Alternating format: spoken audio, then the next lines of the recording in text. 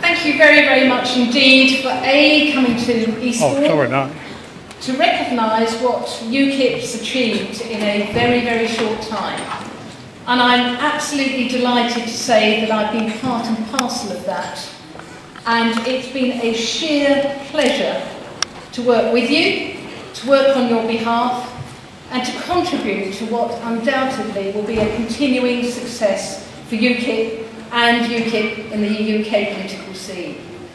Now, when I was driving down here this morning, I was just reflecting on how some of our political counterparts might be viewing this weekend. And I had this little image in my mind of David Cameron sitting down to breakfast this morning and having a quick chat with Sam and thinking, how did the last week go? And there he was, or there he is, or was, with his orange juice, his toast and goodness knows what else, and reflecting on a very, very busy few weeks. Despite the fact that Parliament wasn't in sitting, he managed to make 4 visits to Newark. He managed to whip all of his MPs and all of the Conservative Party PPCs at risk of delivering a career-limiting move if they didn't go to Newark to campaign, all to try and hold back Nigel's People's Army. Fascinating, isn't it?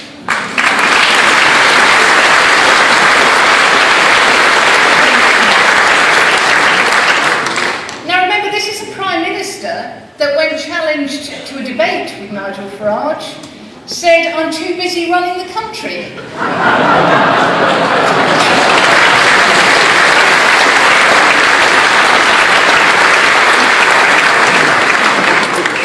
Well, I had a bit of fun on election night. As some of you may well know, I took part in the Daily Politics show, Week in Politics if you wish, with Andrew Neil. And I'm going to quote from the Labour MP that was sat there with me, because his comment just really made it for me. And it was, quote, the Conservatives threw the kitchen sink at Newark. They threw the butler sink, they threw the washing up liquid, and they threw the Arga. And look where they came. Fantastic for us.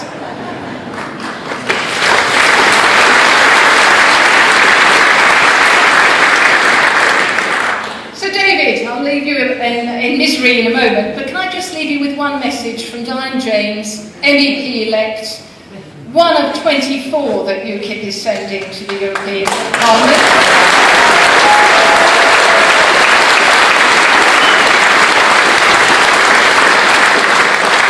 You survived a skirmish, but you still haven't won the war, and watch out.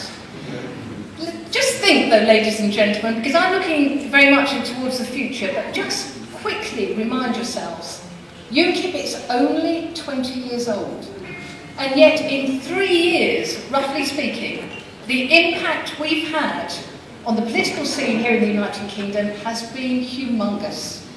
The fact that every time we have a conference like this, we have the national media looking at us. At the European elections result, the international media watching, just, waiting for that moment when we actually do deliver that breakthrough. But don't denigrate, please, and don't allow anybody to criticise or denigrate what we achieved on Thursday.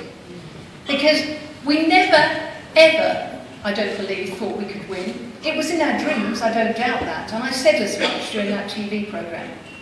But to crack open a staunch Tory seat with 26% of the vote, repeating exactly what we did in Eastleigh, where we cracked open a Liberal Democrat seat, and then what John Bickley delivered in Wythenshawe and Sale, my goodness, no wonder they're quaking in their boots.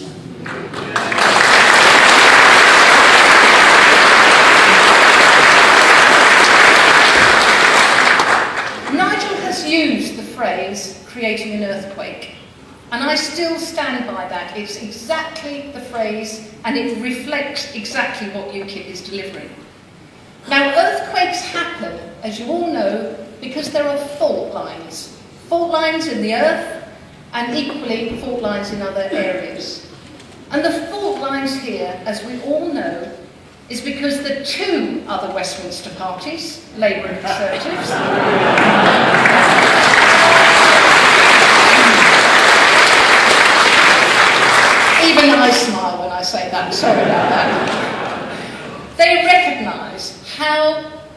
well, first of all, how much change we brought about and how much threat we represent.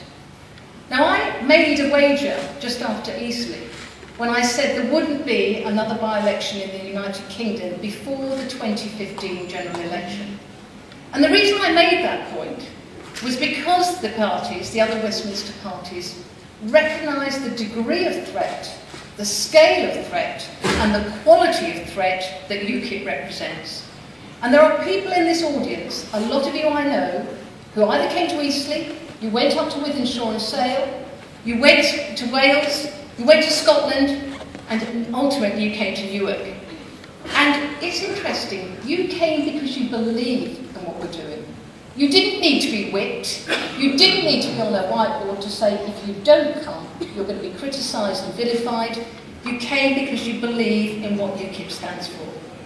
And I still will say to any of the other MPs currently in Westminster, representing what I still call the three failed political parties, just watch out, because we are delivering and we will win. And you can choose to have skirmish after skirmish with us, but ultimately we will deliver.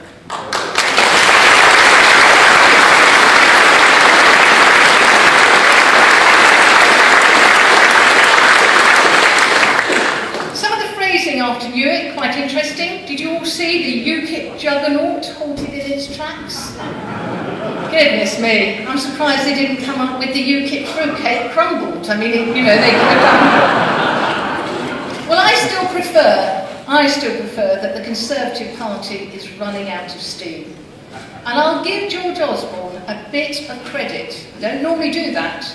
But when he can open his comments by saying, the Conservatives can take some comfort, doesn't it say to all that he is prepared to preface his comments, recognising that the effort, the resource, everything that went into Newark still held that seat. But look at where Roger Helmer is now. A real credit to this party and showing that we can crack open a staunch Tory seat.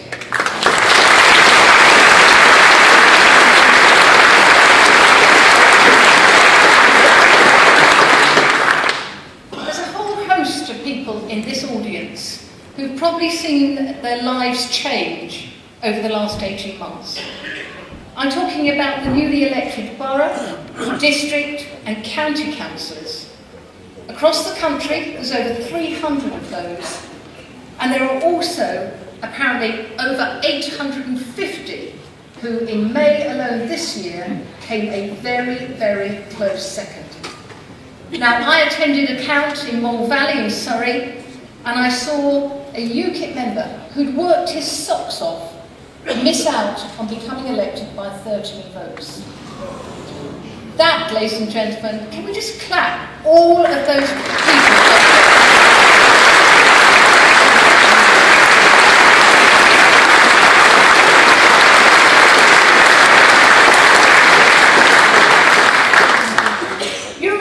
So far, the pinnacle of what UKIP's achieved, and rightly so.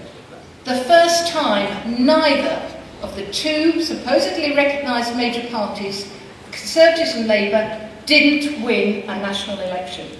And UKIP, well done, really well done.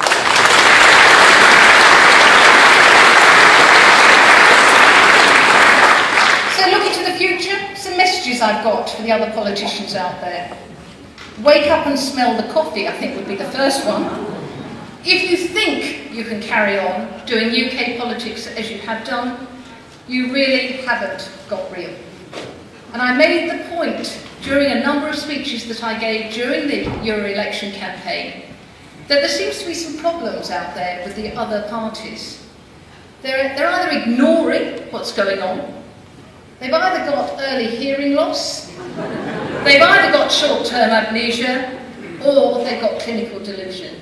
And I'm not denigrating anyone who suffers from any of that, but when you've got supposedly able, intellectual, intelligent individuals who are elected to the House of Commons, and yet they still come out with trite comments, we will listen to the voters, and they've got no intention of listening and doing anything, there is something fundamentally wrong with this.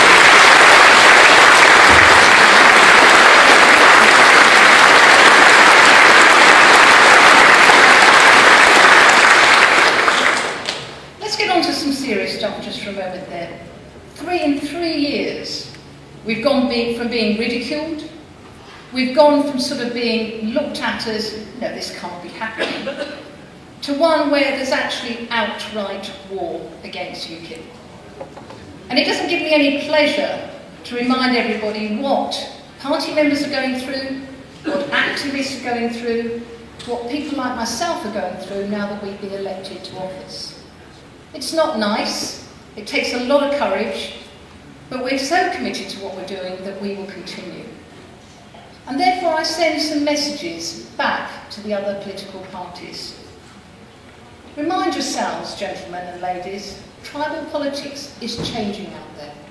You can't just assume that because you're in the North East, you can take the Labour vote for granted. You can't assume that down in deepest blue Surrey, you can take the Conservative vote for granted. And you can't assume in those sprinklings of orange stroke yellow that you can still take a Liberal Democrat vote for granted. We have shown over and over and over again that we have a good enough, we will match them in terms of our campaign strategy, in terms of our candidates, in terms of the individuals that support us, and the fact that those people will come out on every occasion and they don't need whipping or threatening or doing anything else unpleasant to deliver that. We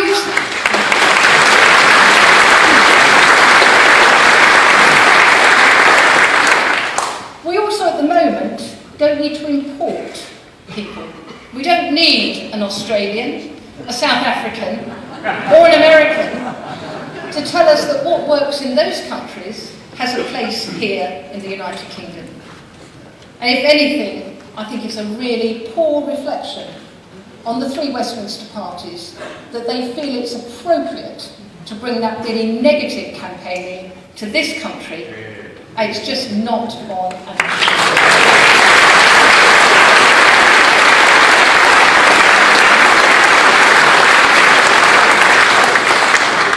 So looking forward, we've all now focused on May 2015, unless of course the Prime Minister calls this snap general election, just in case. We've got before us a zombie parliament, being remarked upon by the press as exactly that, and some of the MPs actually agree. And it's going to be a zombie parliament, not only because they won't be in the House of Commons, enacting, really quite nothing type legislation, but because David Cameron and Nick Clegg and Ed Miliband expect their MPs to be out there trying to counter the threat that UKIP represents. So every speaker today will be making the point. The general election campaign is underway.